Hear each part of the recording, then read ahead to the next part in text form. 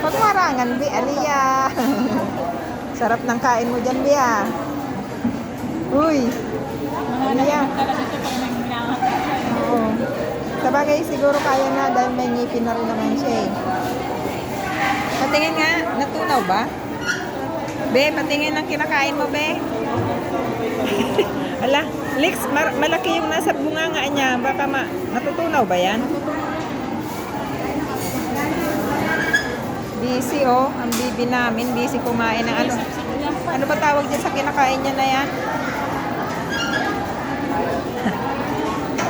Ayan, oh. Busy, oh. Ayan la.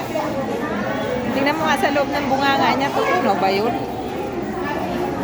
Konti-konti lang naman yun. Aliyah. Butterfly chips pangalan. Ano tawag niya?